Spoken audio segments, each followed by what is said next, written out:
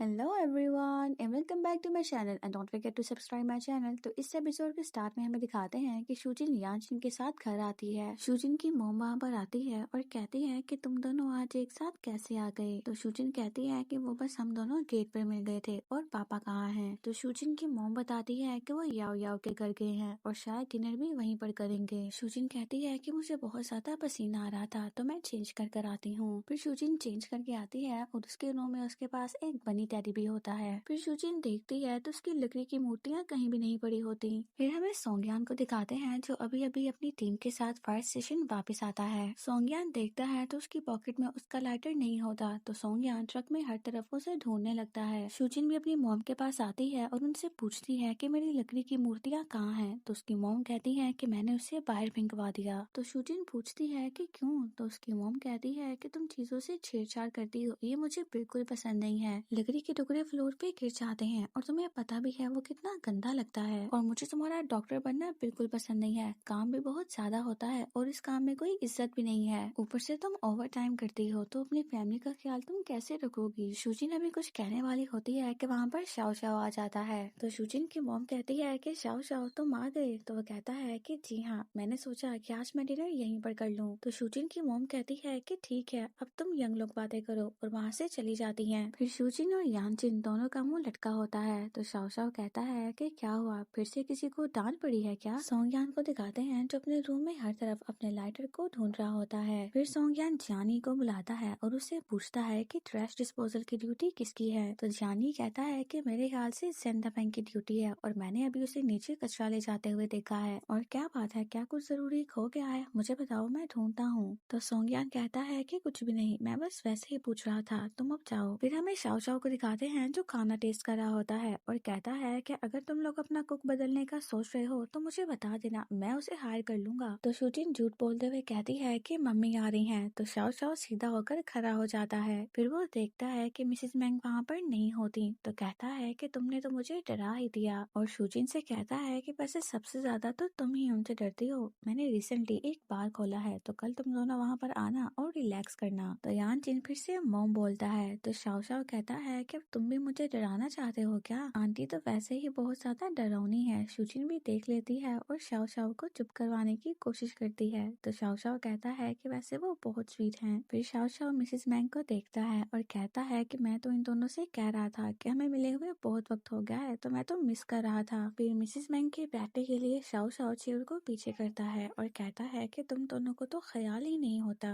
Mrs मैंग कहती हैं कि यानचिन, तुम्हें शाओ शाओ से कुछ सीखना चाहिए और अपने लिए कोई अच्छा सा पार्टनर ढूंढना चाहिए, तुम सब साथ में ही बड़े हुए हो। और शाओ शाओ से कहती हैं कि तुम जरा इसे कुछ सिखाओ बेटा। तो शाओ शाओ कहता है कि अगर यानचिन ने मेरी बात मान ली और उसने एक लड़की को पसंद कर लिया लेकिन वो आपको पसंद ना आई तो फिर। तो मिसेस मैंग कहती हैं कि अगर वो अच्छी ना हुई तो मैं उसे एक्सेप्ट नहीं करूंगी। तो शाओ शाओ कहता है कि फिर हमें बताएं कि अच्छी लड़की कौन होती है और कौन नहीं। तो मिसेस मैंग कहती हैं कि सबसे पहले तो ऐसी लड़की से कभी भी शादी मत करना जो आपके स्टेटस के बराबर ना हो। और फिर वो यानचिन और शूजिन को एक एक इन्वेलप देती हैं। तो शाओ शाओ कहता है कि रेड इन्वेलप, ये तो मुझे भी चाहिए। तो मिसेस मैंग कहती है कि नहीं, तुम्हें इसकी जरूरत नहीं है। और फिर वो यानचिन और शूजिन से कहती हैं कि मैंने तुम्हारे लिए अच्छी लड़कियां और तुम्हारे लिए अच्छे लड़के ढूंढे हैं, तो अब अगर तुम लोगों को कोई पसंद आता है या पसंद नहीं आता, ये सब तुम लोग मुझे बाद में बताना। तो यानचिन कहता है कि समझ गया। मिसेस मैंग कहती हैं कि चलो अब खाना शुरू करो। शाओ शाओ कहता है कि मुझे ये बात दोबारा नहीं कहनी थी, लेकिन तुम दोनों घर आते जाते रहा करो, इतना बड़ा घर है और इतना सुना सुना है। और फिर वो शूजिन से कहता है कि तुम हॉस्पिटल में काम करती हो तो तुम थक तो जाती होगी, तुम्हें मेरे बाहर आना चाहिए और रिलैक्स करना चाहिए। और यानचिन, तुम्हें भी आना चाहिए। और हाँ, वैसे भी आंटी तुम्हारे लिए लड़कियां ढूंढ रही हैं और मेरे बार में तो खूबसूरत लड़कियों की लाइन लगी हुई है। तो मिसेस मैंग कहती हैं कि शाओ शाओ, खाते हुए बातें नहीं करते, चुप रहना सीखो। फिर हमें सोंगयान को दिखाते हैं जो ट्रेस से अपने लाइटर को ढूंढ रहा होता है। सुजन वहाँ पर आता है और कहता है कि क्या ढूंढ रहे हो। तो सोंगयान कहता है कि एक पुराना वाला लाइटर। तो सूजन कहता है कि वो जो उसने तुम्हें दिया था, पिछले 10 साल से तुम उसे अपने साथ ही घूम रहे हो। अगर तुम्हें इतनी ही उसकी परवाह है तो आखिर ब्रेकअप की क्या वजह है। फिर सोंग्यान ढूंढना बंद करता है और बैठ जाता है। सूजन भी उसके पास आकर बैठता है। सोंग्यान कहता है कि उसकी और मेरी फैमिली के बीच में जमीन आसमान का फर्क है। उसके मॉम एंड डैड पैसे वालों को इम्पोर्टेंस देते हैं और मेरी उनकी नजर में कोई इज्जत नहीं। सूजन कहता है कि मैं समझ सकता हूँ ये सारी बातें। तुमने इतने सालों में अपने आप पर बहुत दबाव बनाकर रखा है। तुमने अपने कंधों पे इज्जत और जिम्मेदारी का बर्डन उठा लिया है और मुझे लगता है कि इसमें भी कहीं ना कहीं उसका हाथ है। सोंग्यान कहता है कि मेरा दिल कहता है कि हम दोनों फिर से एक दूसरे के करीब आ जाएं, लेकिन फिर मेरा दिमाग कहता है कि जब मैं उसे मिलूंगा तो क्या मैं उससे ये कह पाऊंगा कि अब मैं तुम्हारे काबिल हो गया हूँ, तो तुम मुझसे दूर मत होना। पिछले 10 साल में मैंने उस लाइटर को खुद से कभी दूर नहीं किया और कितनी अजीब बात है ना, अब वो लड़की मेरे करीब आई और मैंने लाइटर खो दिया। पता नहीं क्यों यार, लेकिन मुझे बहुत तकलीफ हो रही है।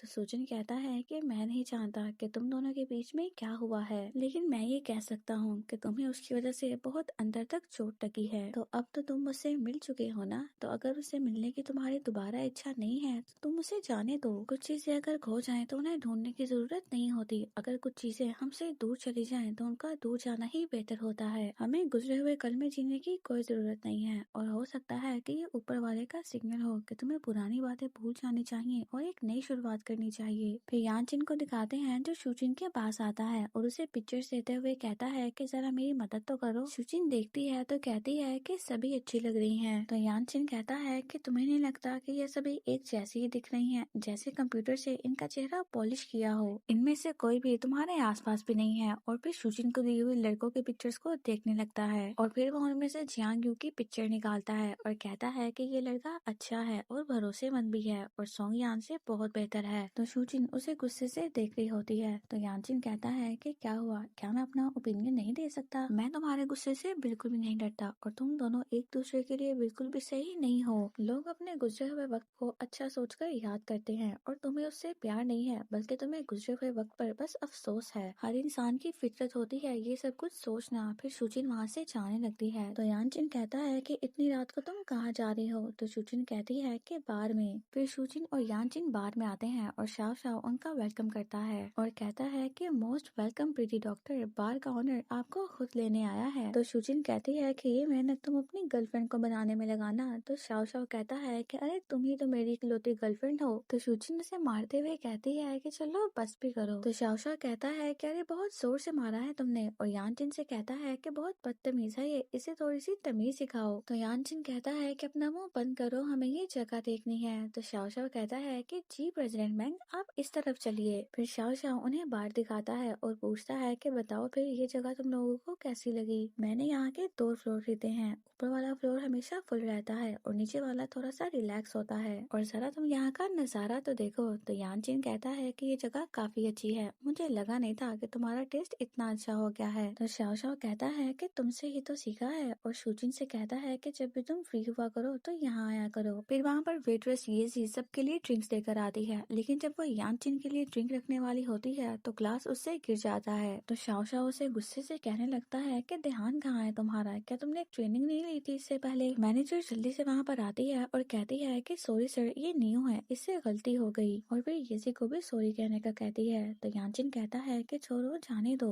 येजी वहाँ से ग्लास लेकर चली जाती है तो मैनेजर टेबल साफ कर देती है। शाओ शाओ कहता है कि अच्छी गाइडेंस और ट्रेनिंग बहुत ज्यादा जरूरी होती है, खास तौर पर पार्ट टाइमर्स के लिए। तो मैनेजर कहती है कि ठीक है सर, मैं उसे समझा देती हूँ। फिर शाओ शाओ उसे कहता है कि फायर डिपार्टमेंट वाले आज इंस्पेक्शन के लिए आएंगे, तो उनसे जरा अच्छे से रहना। शूजिन ये सुनते ही सीधी होकर बैठ जाती है। यानचिन कहता है कि तुम काफी ज्यादा स्ट्रिक्ट हो या फिर हमारे सामने दिखावा कर रहे हो। तो शाओ शाओ कहता है कि काम के मामले में मैं बहुत सीरियस हूँ। फिर शूजिन वहाँ से बहाना बनाते हुए चली जाती है कि मैं कॉल करके आती हूँ। येजी वहाँ पर आती है और यानचिन की ड्रिंक रखती है और उसे सॉरी कहती है और चली जाती है। फिर शाओ शाओ यानचिन से कहता है कि तुम्हें नहीं लगता कि ये लड़की थोड़ी सी शूजिन जैसी लगती है? तो यानचिन कहता है कि क्या सच में? तो शाओ शाओ कहता है कि हाँ, मुझे तो ऐसी ही लगती है। फिर हमें लीमेंग को दिखाते हैं जो अपने स्टाफ ऑफिसर के साथ इंस्पेक्शन के लिए आई होती है। फिर शूजिन भी लीमेंग के पास आती है और कहती है कि हेलो, क्या आप फायर डिपार्टमेंट से हैं? तो लीमेंग कहती है कि हाँ। तो शूजिन कहती है कि फायर इंस्पेक्शन तो फायर फाइटर्स करते हैं ना? तो लीमेंग कहती है कि फायर इंस्पेक्शन फायर ब्रिगेड्स के अंडर होता है, फायर फाइटर्स रेस्क्यू करते हैं इंस्पेक्शन करना उनका काम नहीं है। और फिर वो बाकी इंस्पेक्शन करने के लिए वहाँ से चली जाती है। शूजिन वहीं पर खड़ी होती है और शाओ शाओ उसके पास आता है और उससे पूछता है कि तुम यहाँ पर क्या कर रही हो। तो शूजिन कहती है कि 2 दिन पहले मैं सोंगयान से मिली। तो शाओ शाओ कहता है कि वो क्या काम करता है, रुको मैं गेस करता हूँ, अब तुम ये मत कहना कि वो मेरी तरह सेल्फ एम्प्लॉय है। तो शूजिन कहती है कि वो एक फायर फाइटर है। तो शाओ शाओ कहता है कि ओ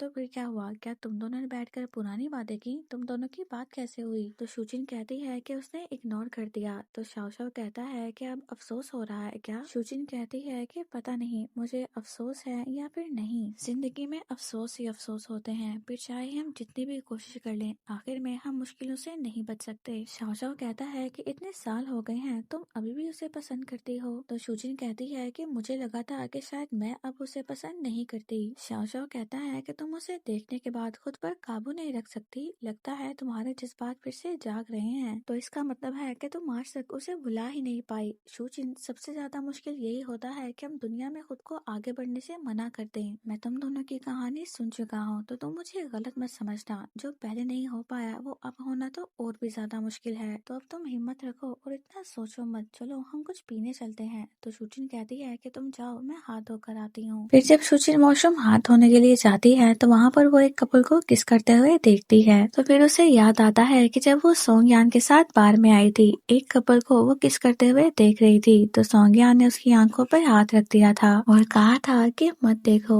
और फिर सोंगयान और शूजिन वहाँ पर बहुत एंजॉय करने के बाद वापस आते हैं। फिर शूजिन जल्दी से वहाँ से जाने लगती है। तो शाओ शाओ कहता है कि शूजिन तुम कहाँ जा रही हो। तो वो कहती है कि हॉस्पिटल से इमरजेंसी कॉल आई है। फिर शूजिन बाहर से चली जाती है। शाओ शाओ यानचिन के पास आता है और कहता है कि शूजिन न सिर्फ बाहर से गई है बल्कि झूठ बोल के गई है। यानचिन कहता है कि क्या हुआ। तो शाओ शाओ कहता है कि तुम्हें पता है शूजिन ने अभी क्या कहा, जिंदगी अफसोस से भरी हुई है, इंसान चाहे कुछ भी करे और अपना सब कुछ दे दे लेकिन वो मुश्किलों से नहीं बच सकता। जो इंसान जोश में हो वो कभी भी ऐसे बातें नहीं करेगा। और फिर कहता है कि जिंदगी बहुत छोटी है दोस्त, अपने आप में मजे कर पाना ही बहुत बड़ी ब्लेसिंग है। जो चीज हमारे पास है उसकी कदर ना करके किसी और के पीछे भागना क्या ये सही है। फिर हमें शूजिन को दिखाते हैं जो फायर स्टेशन आती है और वहाँ पर गार्ड से पूछती है क्या मैं जान सकती हूँ कि सोंगयान यहाँ पर काम करता है। तो ऑफिसर कहते हैं क्या मैं जान सकता हूँ कि आप कौन है। तो शूजिन कहती है कि मैं उसकी पुरानी क्लासमेट हूँ, तो क्या आप मुझे उससे मिलवा सकते हैं। तो गार्ड ऑफिसर कहते हैं कि ठीक है बस 1 मिनट। फिर वो सोंगयान को कॉल करते हैं और कहते हैं कि कैप्टन यहाँ आपसे कोई मिलने आई है और वो कह रही है कि वो आपकी पुरानी क्लासमेट है। फिर ऑफिसर शूजिन से उसका नाम पूछता है। ऑफिसर जैसे ही सोंगयान को शूजिन का नाम बताता है तो सोंगयान शूजिन से मिलने से मना कर देता है। तो ऑफिसर कहता है कि मुझे माफ करना कैप्टन सोंग आज ड्यूटी पर नहीं है। तो शूजिन कहती है कि फिर कहाँ है वो। तो ऑफिसर झूठ बोलते हुए कहता है कि शायद वो बाहर ट्रेनिंग के लिए गए होंगे। तो शूजिन थैंक यू कहकर उन्हें जाने लगती है। इतने में वहाँ पर लीमेंग भी आ जाती है। वो गार्ड ऑफिसर के पास आती है और कहती है कि थोड़ी देर बाद मेरी डिटैचमेंट कैप्टन के साथ मीटिंग है, तो तुम ये डॉग फूड कैप्टन सोंग को दे देना। तो ऑफिसर कहता है कि ठीक है। फिर ली मैंग वहाँ से चली जाती है। शूजिन थोड़ा सा दूर देखती है तो सोंगयान अपने डॉग के साथ खड़ा शूजिन को ही देख रहा होता है। शूजिन सोंगयान के पास आता है और कहता है कि अगर उसे मिलना ही है तो जाकर मिल क्यों नहीं लेते।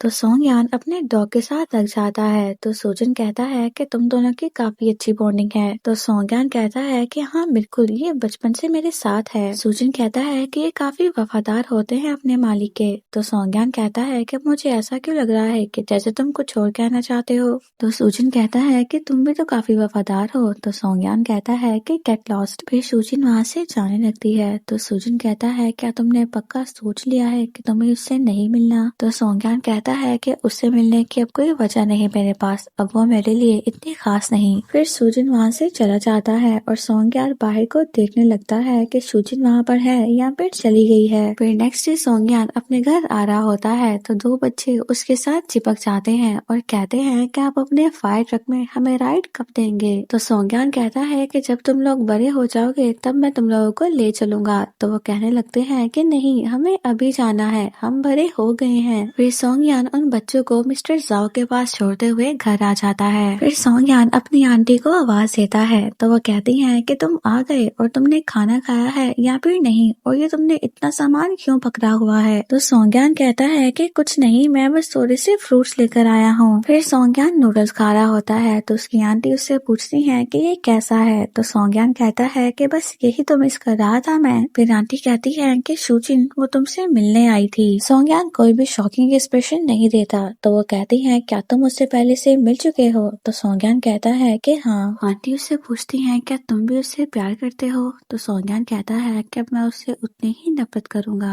आंटी कहती है कि नफरत वहीं पर की जाती है जहाँ पर प्यार होता है। तो सोंग्यान कहता है कि यकीन करें मैं उससे प्यार नहीं करता। आंटी कहती हैं कि चलो अब मेरी टेंशन खत्म हुई। देखो समझदार आदमी कभी भी पुरानी बातों में नहीं उलझता, लेकिन तुम ये मत भूलना कि तुम्हें उसकी वजह से क्या कुछ झेलना पड़ा। आज भी मैं सोचती हूँ तो मुझे गुस्सा आने लगता है। उसमें इतनी हिम्मत आई कहाँ से, वो तुमसे मिलने भी आई, कितनी बेशर्म है। तो सोंग्यान कहता है कि आंटी मुझे थोड़ा सा गार्लिक सॉस मिलेगा। तो आंटी कहती है कि अचार क्या कम था जो गार्लिक सॉस भी तुम्हें चाहिए। तो सोंग्यान कहता है कि अंकल हमेशा कहते थे कि नूडल्स गार्लिक सॉस के बिना बेकार हैं। तो आंटी कहती है कि ठीक है मैं अभी लेकर आती हूँ। आंटी सॉस लेने के लिए चली जाती हैं और सोंग्यान एक बार फिर से उलझन में पड़ जाता है। फिर हमें फ्लैशबैक दिखाते हैं जब शूजिन बहुत ज्यादा नर्वस होती है तो सोंग्यान उसे कहता है कि तुम टेंशन मत लो, सब कुछ ठीक हो जाएगा। फिर आंटी वहाँ पर कुछ फ्रूट्स लेकर आती हैं। शूजिन को देखती हैं तो कहती हैं कि ये तो बहुत प्यारी है, तुम इसका हमेशा ख्याल रखना। फिर सोंग्यान शूजिन को फ्रूट देता है और कहता है कि ये मीठा है ना, तुम खाओ मैं अभी आता हूँ। लेकिन सोंग्यान जहाँ जहाँ जाता है शूजिन उसी के पीछे पीछे जाती है। तो सोंग्यान कहता है कि मेरे अंकल और आंटी बहुत अच्छे लोग हैं, ये तुम्हें कच्चा नहीं चबाएंगे। फिर जब सोंग्यान वॉशरूम जाने लगता है तो शूजिन उसके पीछे आती है। तो सोंग्यान कहता है कि अब क्या तुम मेरे साथ वॉशरूम में भी जाओगी। तो शूजिन पीछे हट जाती है। फिर सोंग्यान जब वॉशरूम से आता है तो शूजिन उसके अंकल के साथ बहुत खुश होती है। शूजिन कहती है कि सोंग्यान बहुत मजा आ रहा है। तो सोंग्यान कहता है कि ऐसे कुछ दिनों के लिए मेरे घर में आओगी तो फिर बात तो नहीं बनेगी, तुम हमेशा हमेशा के लिए मेरे घर आ जाओ, मैं तुम्हारा बहुत ख्याल रखूंगा। तो सोंग्यान की आंटी पीछे से आती हैं और उसके सर पर थप्पड़ मारती हैं और कहती हैं कि अभी तुम सिर्फ अपनी पढ़ाई पर ध्यान दो। शूजिन का इतनी अच्छी यूनिवर्सिटी में एडमिशन हो गया है और तुम दोबारा क्लासेस ले रहे हो, क्या पता तुम उसे ऐसे पसंद ही ना हो। तो सोंग्यान कहता है कि अच्छा तो तुम मुझे पसंद नहीं करती।